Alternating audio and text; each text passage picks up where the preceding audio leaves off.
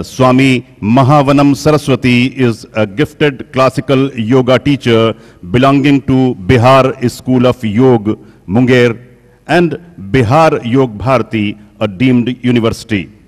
Over the last 17 years, he has been active in the study and teaching of yoga to a wide spectrum of students, practitioners, and yoga aficionados.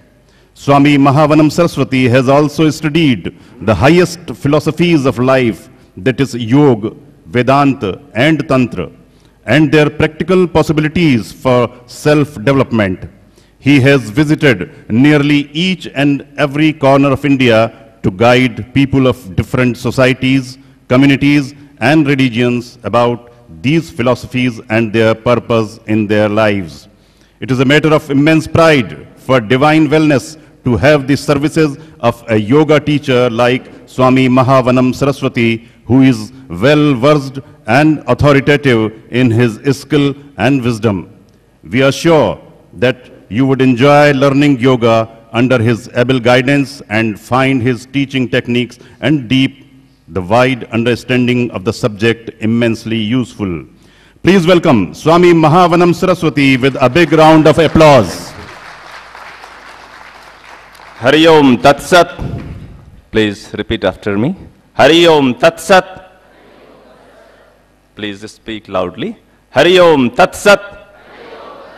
Hari Om Tat Sat. We welcome all of you.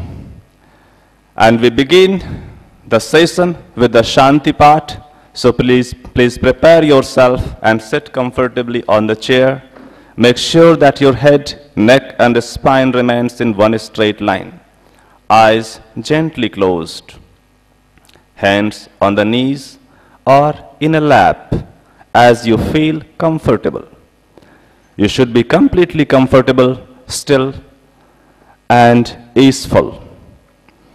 Please close the eyes gently, and with the closed eyes, please try to become aware of the stillness of the body, tranquility of the mind, thought waves, thought patterns. Try to become aware of the whole body. Your body is sitting on the chair, leg is hanging down on the floor. Become aware of the whole body, and whole body. Try to feel the gross weight of the body, weight of the body, weight of the body. Now draw the awareness and bring it to the mental screen where the thought waves, thought patterns keep moving all the time. From morning to evening, while you are dreaming, sleeping, and awaking. Try to observe that thought pattern, which is still moving, hovering, roaming, and try to watch that, the status of the thought wave. Try to find out the quality of the thought. Is it positive, negative, society-oriented, education-oriented, atmosphere-oriented, optimistic, pessimistic, whatever it may be, but you do not have to calculate it, you do not have to think about it. Just keep on watching silently with the closed eyes. You will find that slowly your thought is getting settled, and settled. And in the end, you will find that you will be resigning the thought, and it will be thoughtless state where you will enjoy peace. Now your body is completely still. Mind is thoughtless. Now draw the awareness from the whole body and bring it to the eyebrow center. Center between the two eyebrows. And with the closed eyes, try to focus the internal eyes towards the eyebrow center and let it meet there. Let it merge there. And while it is merging, try to see that point, the color, shape, and whatever form it is taking. Become aware of that point where your internal focus of your eyes meeting and creating any rectangular, triangular, circular, or any form, white light, black, hazy, whatever is the form, whatever is the color, just try to be with that. And now try to provide that Om shape to that point.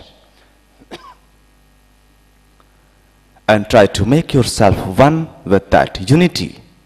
Your body is still, mind is thoughtless, awareness is connected to the eyebrow center, very close to the pituitary gland, Ajna Chakra.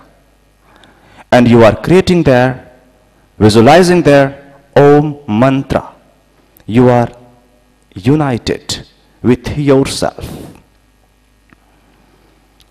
Now, keeping the awareness fixed to that mantra Om, we are going to chant Om 3 times. Please chant with me. Breathe in and chant with me Om 3 times.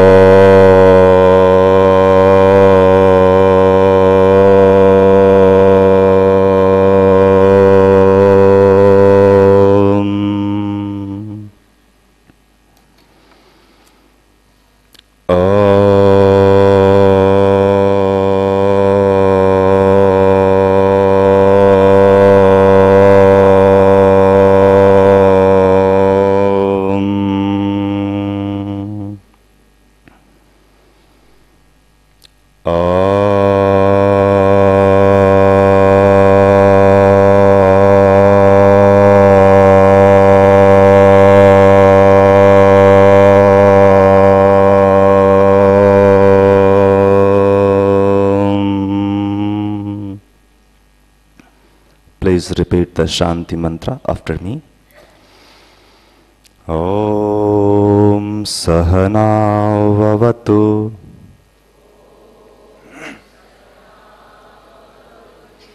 Sahano Bhunaktu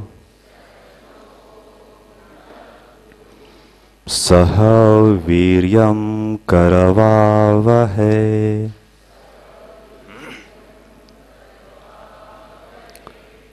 Tejasvinavadhitamastu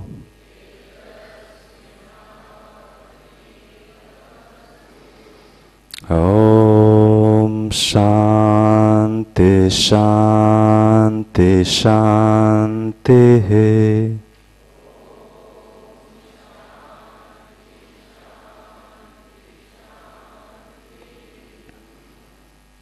Try to feel the peace,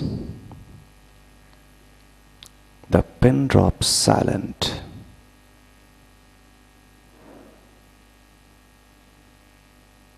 Try to deepen yourself in the deepening silence.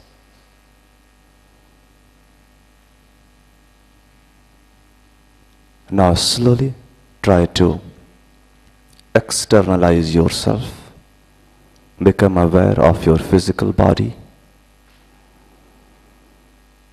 mind, energy and strength, outside environment. Slowly, you can rub the both palms vigorously. While it is hot, please put it on the closed eyes and slowly open the eyes. Now you can externalize yourself. Actually, we are meeting here with some purpose. We would like to again welcome you, all the radiant souls, divine seekers, dedicated disciples, yoga pioneers on the land of Mahakaleshwar, Ujjain, which is situated on the bank of Shipra river. I feel very fortunate to be in front of you, and it's really a very fortunate, golden and appropriate moment that I would love to share our experience, knowledge, whatever I have received during my journey of yoga in my life. The topic which has been decided to share with you is yoga and consciousness. So first of all, I would like to say that what is yoga, and second, what is consciousness, and third is how does it relate, and where is our existence in yoga and where is our existence in consciousness. Why these two important things are chosen to speak, to share the experience? Why it is so important? As we are all educated people. Some are students, some are university graduates, some are scientists, some are educationists, some are doctors. Actually, as we know, that yoga, actually in Sanskrit it is called yoga, but since we have in English culture we call it yoga. Actually, yoga means integrity, unity. It may be individual unity, it may be collective unity, or it may be a cosmic unity. Because each and every dimension we have to be integrated, only then we will be able to experience something, express something. As per the yogic philosophy, it is accepted and it is experienced that we are composed of three things: body, mind, and spirit. But consciousness is not there. So from where the consciousness comes into the existence, my question is. Because look, I don't want to give a big philosophy in front of you. I want to put it in front of you in such a way that even a layman can understand what is yoga and what is consciousness. Library is full of philosophies. If you want philosophies, you can go there and enjoy it. But we are here to share our experience in a very simple language, with a very simple experience, very simple example. So my question is, as per the yogic philosophy,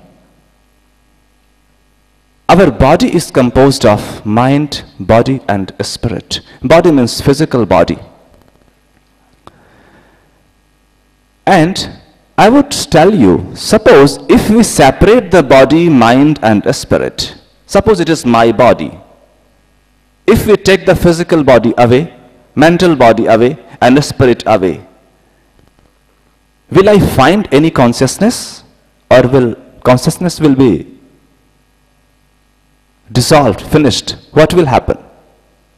What is your reply? Will I be finding the consciousness? Suppose if we separate the body, mind, and consciousness, body, mind, and the spirit separately? No. We will not be able to find the consciousness. Consciousness is the result of the integration of the body, mind, and spirit. This I am calling on individual consciousness. On every dimension, on every phase, as the situation and circumstances changes, the definition of consciousness changes. Of course, mind is also a consciousness. Mind is part of the consciousness. like a drop of water is a part of an ocean. In Sanskrit, in some literature, the definition of consciousness is written. In Sanskrit, it is called Chetana. There are two classical definitions I found in Sanskrit literature. Chetayati Chetana. And in Shiva Sutra, Pratham Sutra, it says, Chaitanyam Atma. Chaitanyam Atma. Atma means a spirit, soul. Chaitanyam means consciousness. Where we are fully illuminated, where our consciousness is fully awakened, then it is part of, it becomes Atma. Consciousness is the expression of soul. Because if we take the soul away from the body, the consciousness is lost. No soul, no consciousness. So we have to understand it very easily. This is short definition of Chetana. Now come to yoga. Why do we need yoga? Why it is important? Look, in yogic literatures, there are so many definitions written in the book. So many definitions written. In Patanjali Yoga Sutra, the first mantra is called Yoga Anushasanam. Yoga is a discipline, but if you translate it English, the meaning changes. Yoga Anushasanam, we have to understand in as per the Sanskrit language. Why it has been Yoga Anushasanam? Discipline may be external or internal. Again, the confusion starts. But in Sanskrit, in Patanjali Yoga Sutra, it says Yoga Anushasanam. What is Anu? Anu means subtle. When the subtle dimension of our personality is under the ruling, disciplined, then it becomes yoga. Yoga is internal discipline. When we are internally disciplined, of course the expression will be disciplined. We don't have to do anything. So yoga emphasizes about internal composition. Yoga emphasizes about internal cognition. And all the definitions of yoga is related to mind, related to chitta. Even Maharshi Vasishtha has given definition, Mana Prashamanopaya Yoga. Mana Prashamana. Prashaman means calm, quieten, without confusion, settled. Mana Prashamanopaya Yoga. When mind is quietened, mind doesn't disturb you. You use your mind. You are not misguided or misutilized by the mind. Mana Prashamanopaya Yoga. And there are so many definitions are written in Gita as well. But all the definitions are written. In some context. So it composes a limited aspect of definition. But in total, I would like to tell you, as long as our life concerns, as long as our life starts, yoga is a tool through which we accelerate our evolution, we accelerate our growth and we become aware of ourselves. Yoga is a tool. And one more thing I would like to tell to you. Actually, yoga is very ancient science.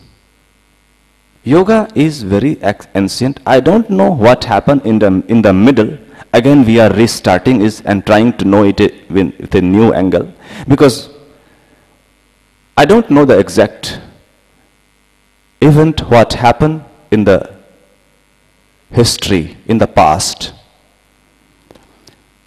But when I studied the yogic science, anatomy, physiology of the medical science, and pranic body as per the definitions of the TCM, traditional Chinese medicine, I found that all the definitions are very close to each other. Very close to each other. Only we have to understand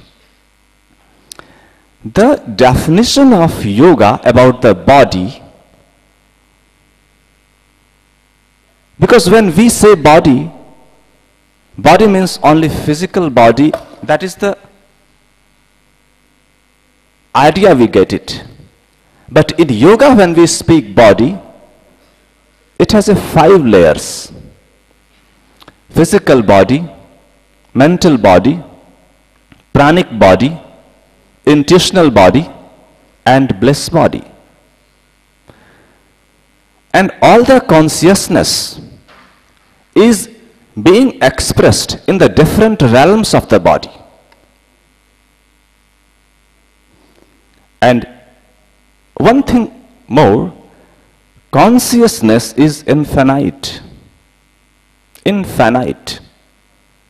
So, with the local mind, with the limited mind, we cannot understand it intellectually. Because in 2004, one of the scientists, William something it was named, the 8 neurologists tried to define the consciousness. And in the letter they says, I am confused. I cannot define the consciousness. Medical science also has tried to touch the consciousness and define it. This is not very far. In 2004, William something his name was, I'm forgetting half name. And saints and sages also tried to define the definition. The 2 important sutra I told you, Chaitayati, Chaitana. Chaitayati means, what is Chaitayati? Chaitati, thing which awakens you, is consciousness. Because when we were in the womb of my mother, our birth took. And then breath starts, life starts, consciousness starts. First, physical body is seat. Physical body is base. And as soon as physical body is ready, then subtle body starts to function. If physical body is not ready, then consciousness will be there, but it will have its own limitation. Suppose somebody is blind, but what do you think? Blind people, does they have consciousness? They have consciousness, but our consciousness is working through the eyes as well, but their consciousness is working through some different organs. And in the final sutra, in Shiv Sutra, says Chaitanyam Atma. Consciousness is a glimpse of spirit, soul. So actually it is, consciousness is part of our body, and yoga is a tool through which we keep our consciousness with clarity. And one example I would like to tell you here. You must have heard the name of Lord Buddha. Lord Buddha also speaks about Ast Chetana, Astavijnana. And in that Astavijnana, when I studied that literature, he speaks about 5 sense organs, mind, manas, and store consciousness, that they call cosmic consciousness. Same, like even Patanjali, if you go to the psychology, you must have heard the modern psychology. I mean, psychology means modern psychology.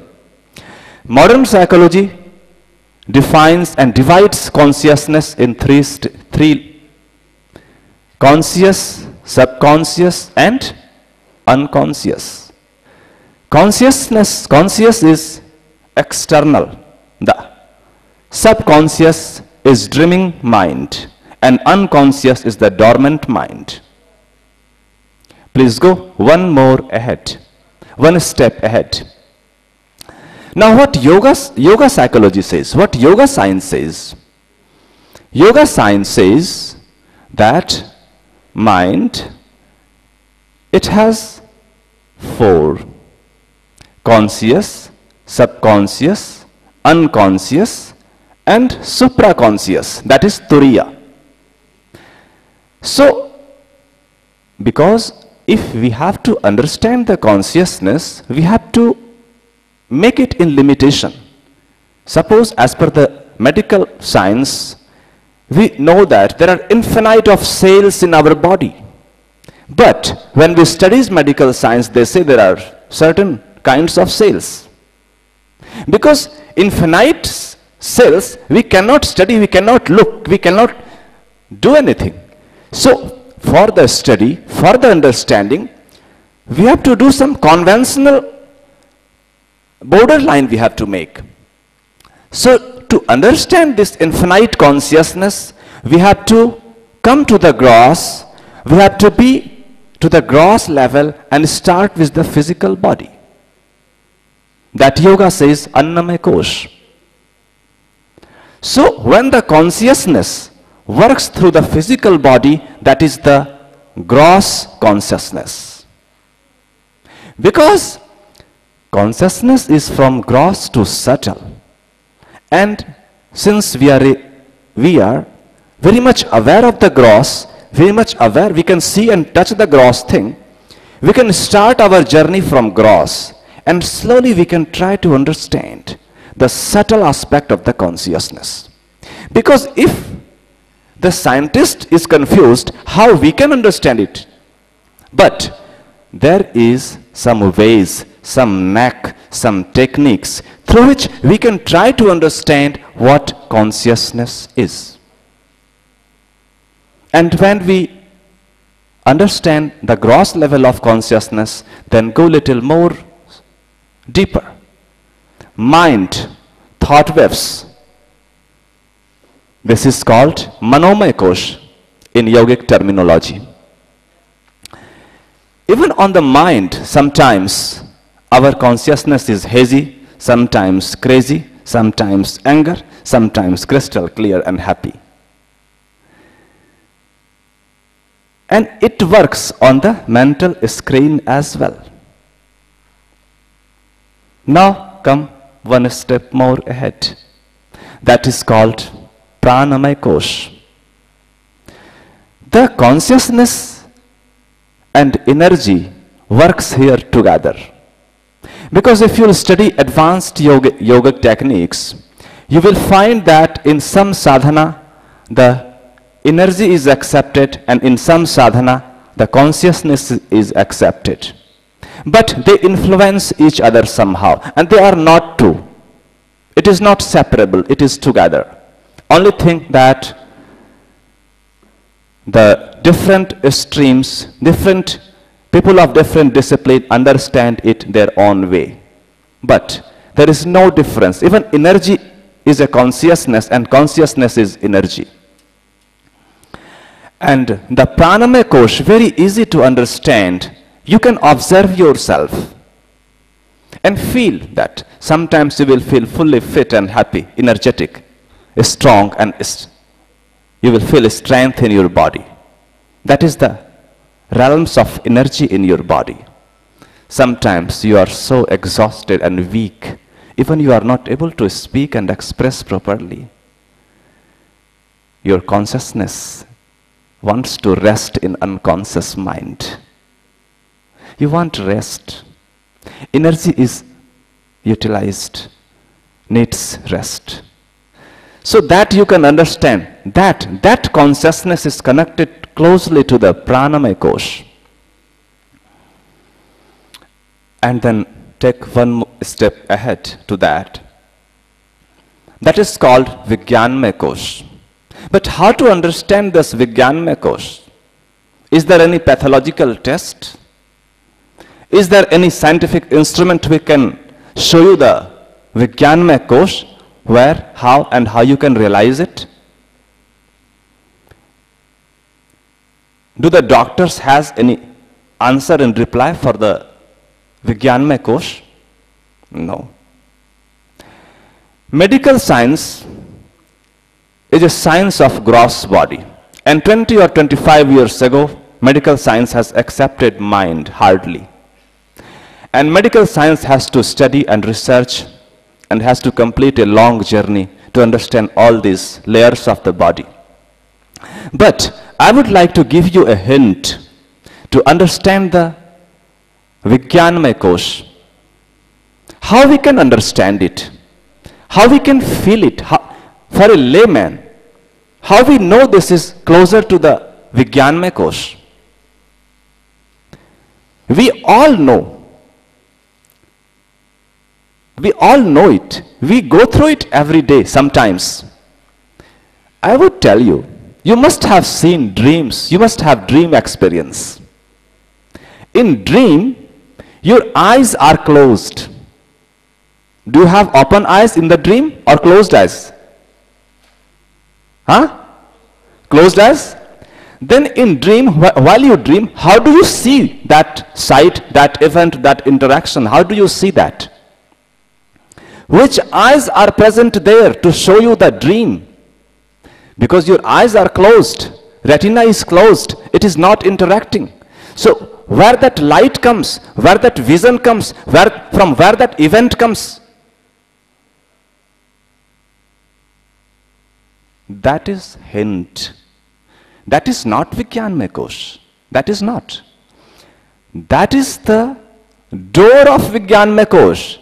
If you study your dream, if you develop your awareness there, you will be able to enter into the deeper realm of the consciousness. You will be able to enter in the deeper realm of the consciousness where there will be no darkness. There will be only light, divine light. And in that stage, you will have the experience of Vijnanamaya kosha.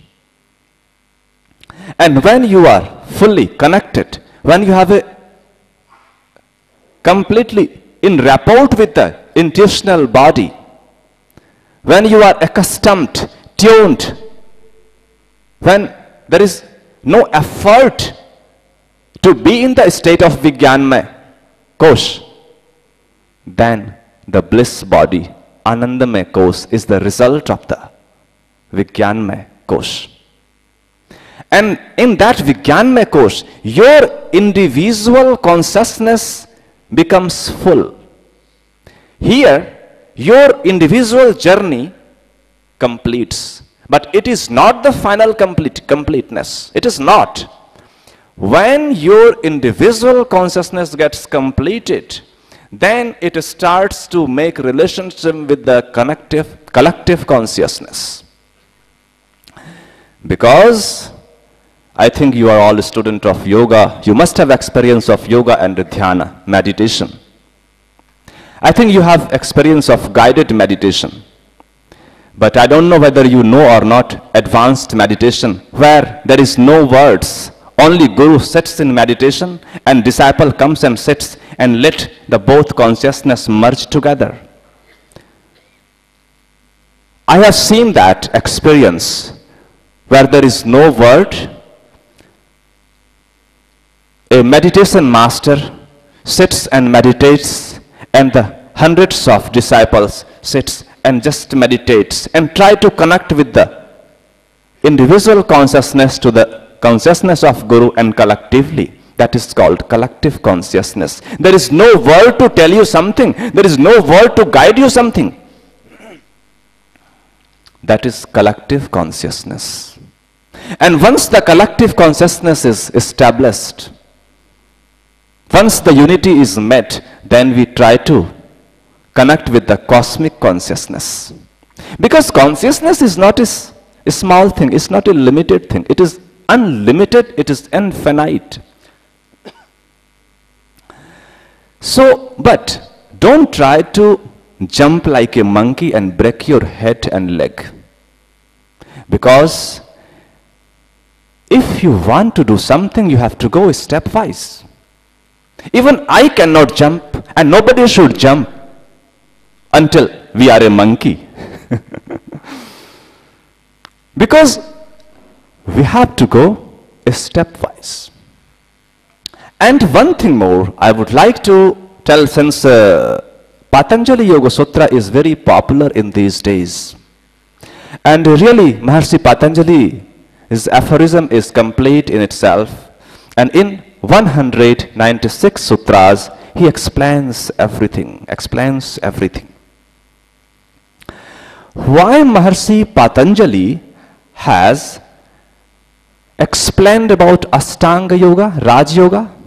Why not 9 steps? Why not 10 steps?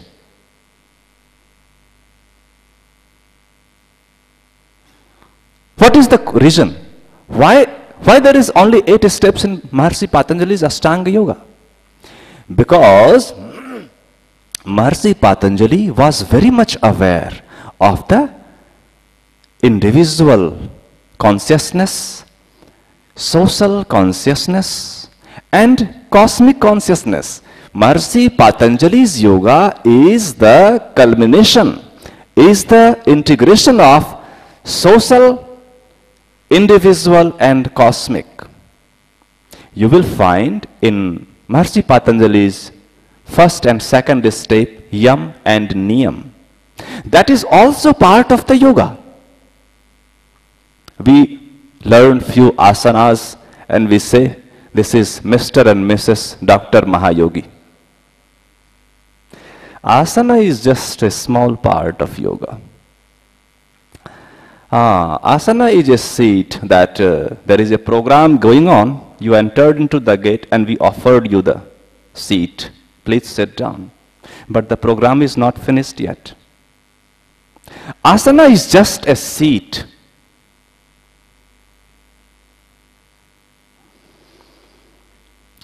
The yam and niyam, in that, yam and niyam takes care of the social consciousness. Because consciousness, you can understand consciousness with the example of something. Because consciousness, in void, there is two things. One is form and other is formless. So if I define the consciousness and I speak 16 hours about the consciousness, it will go beyond. You will not understand it. So, to give you a clear picture about the consciousness, we have to take support of something.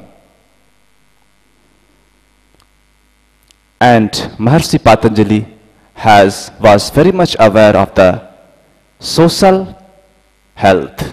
That's why they say yam and niyam. Family health and social health. And then comes asana, physical health. Then pranayama, energy, pranamaya kosh. And then pratyahar, mind, disciplining the mind. And then dharana, looking deep into the deeper realm and to get the real seat over there, to get the real vision. When mind is disciplined, then we go inside and we take our internal seat. And then we establish there Dharana after dharana, dhyan and samadhi. So this is the way that Maharishi Patanjali has dreamed, visualized and composed as per their own visualization, the Ashtanga Yoga. Not Maharishi Patanjali, even Lord Buddha speaks about Ashtanga Yoga. I don't know in any one of you if you have studied Lord Buddha's philosophy. Lord Buddha's philosophy, if you have understand, I don't know. But even Lord Buddha says that Ashtanga Yoga. So, now I would like to tell you, the conclusion is that the subject is so vast that I will be keep speaking, you will be keep listening. Now come to the closer. Now see, there are two important things, yoga and consciousness. Even if we do not practice yoga, one more thing I would like to tell. Even if we do not practice yoga, we are influenced by the nature. Even nature helps us to grow. But that will be a delay growth, late growth. But when we practice yoga, it is an accelerated growth. With the help of yoga, we can accelerate our growth, we can improve, we can accelerate, and we can immediately reach stepwise. Because there are so many people who don't practice yoga, but some are enlightened. Even I have heard that some people were Gnostic, atheist. And even Gnostic person, but even whether Gnostic or Astic, but everybody is guided by the nature, the cosmology. We cannot avoid sun, we cannot avoid moon, we cannot avoid air. We can avoid, we can say that no, I don't believe in God, I don't believe in Vedas. But even if we don't believe, we all get up in the early morning. We get refreshed. We follow the diurnal routine. That is cosmic yoga. That is lifestyle yoga. And I hope the definition of yoga and consciousness is clear. And if you have any questions or anything, you can ask me. Because now I would like to take off. So if you have anything, any questions, and if any doubt, you can ask me. I will try to answer. Any questions? No questions.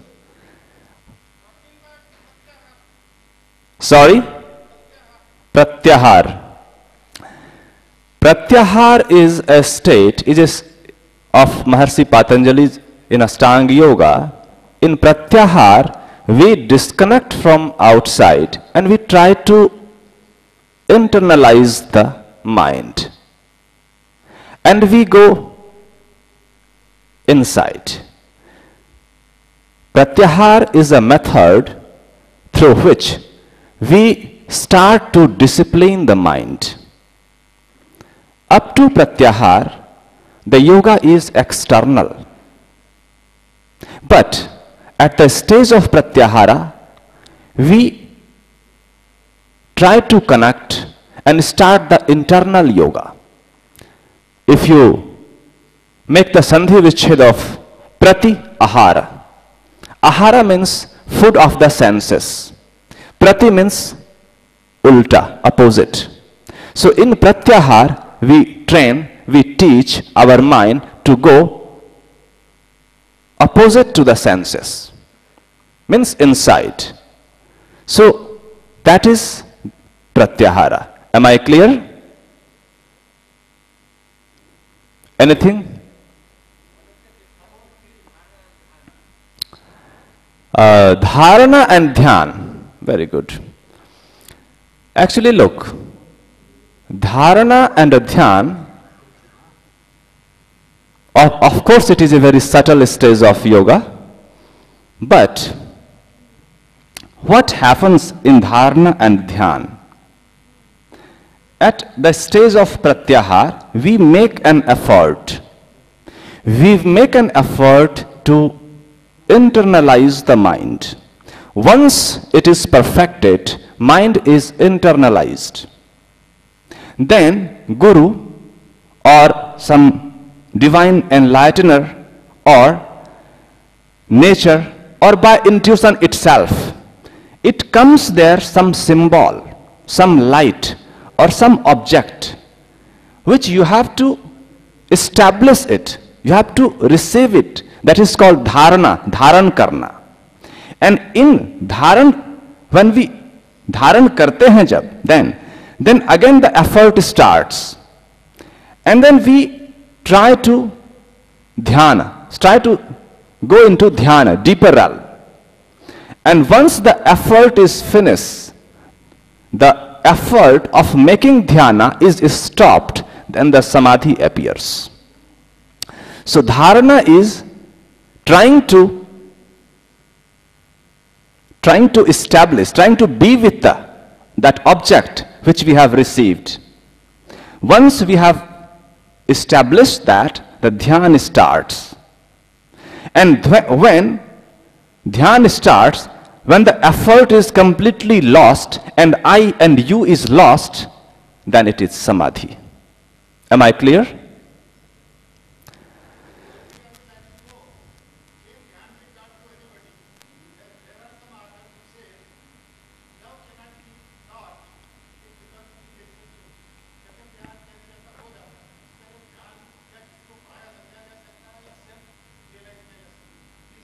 Okay, very good. Nice questions. Actually, look, dhyan cannot be taught, but your outside situation can be created to make you happy or make you angry. That we do. When we teach dhyana somebody, we make the situation, environment outside which impels you, which compels you, and which helps you in inducing into the state of dhyana. But both ways it is correct. Even sometimes some people have natural meditation, somebody has guided meditation. It depends on in which stage we are floating. If our stages are higher, we receive quicker. And if our stage is lower, then we stepwise we follow it, we go ahead. But there is nothing harm, both way it is correct. Because as a human being, we are a rational being. Everything we intellectualize, we think. So we make an effort. Animal gets evolution as per the nature. Animal is guided by the season. But human beings are guided and misguided by the intellect. Because it is true that we have developed a big science and technology. Because we are irrational. We are emotional. So whatever part, whatever ingredients of our personality is sensitive, that we proceed in our life. If we are emotional, then we follow the bhakti path. If we are rational, then we follow the meditation path, sadhana path. And if we are dynamic, if we are active, then we follow the karma yoga on all those. So, but actually these questions are on yogas you are asking me. I mean, you should ask me about yoga and consciousness. Did you understand what I mean or not? If you have understand, very good. And if you have not understand, doesn't matter. The step which I have given to you, please try to be with that. And one by one, slowly you will follow it, and I'm sure one day you will be able to understand what consciousness is when you apply yoga in your life.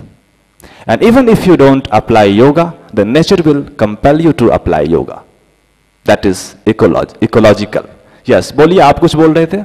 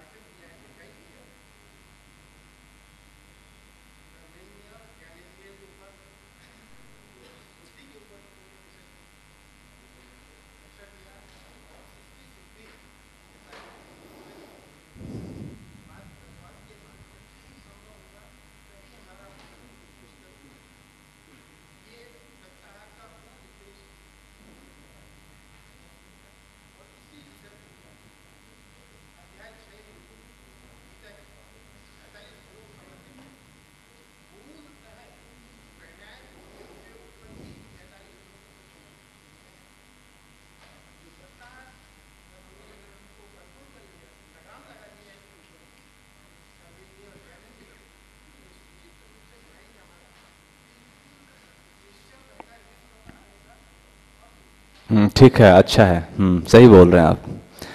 देखिए, इनका भी कहना बिल्कुल सही है. Actually when we took birth, the breath starts, and when the breath stops, the consciousness is dormant. The spiritual science says that still we exist. So breath is very important in our yogic sadhana, and breath has to be given importance. Whatever sadhana, and of course it will help us. I agree what gentleman said. Thank you. और बोलिए, आप कुछ बोल रहे थे? Yes, please.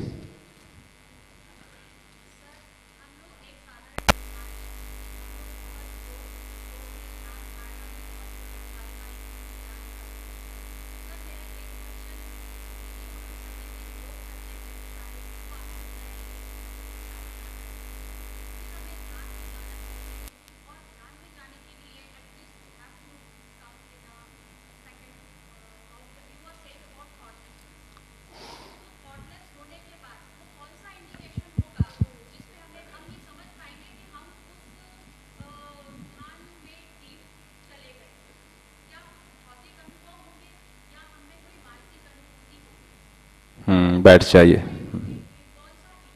Indication, okay.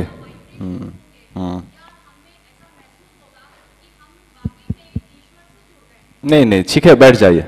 ईश्वर तो ठीक है, आप पहले अपने आप से जुड़िए. Actually questions are natural. Actually when we proceed some path, question comes, confusion brings the question, and clarity dissolves it. When we practice, when we sit for the meditation, when we close the eyes, when we observe the thought, while you will be observing without interfering the thought, you practice it for 5 days, a week, or fortnight, you will find that as soon as you started to observe the thoughts without interference, it will start to reduce. If there are many thoughts, slowly you will get few important, few. In the end you will get one. And even that you will dissolve, and there will be a void. Void means only you will be aware of the internal screen of the mind. It may be some form of light, or it may be some form of object, or it may be some person whom you love or who you like most. It depends on your internal structure and the previous birth and your consecration, because everything is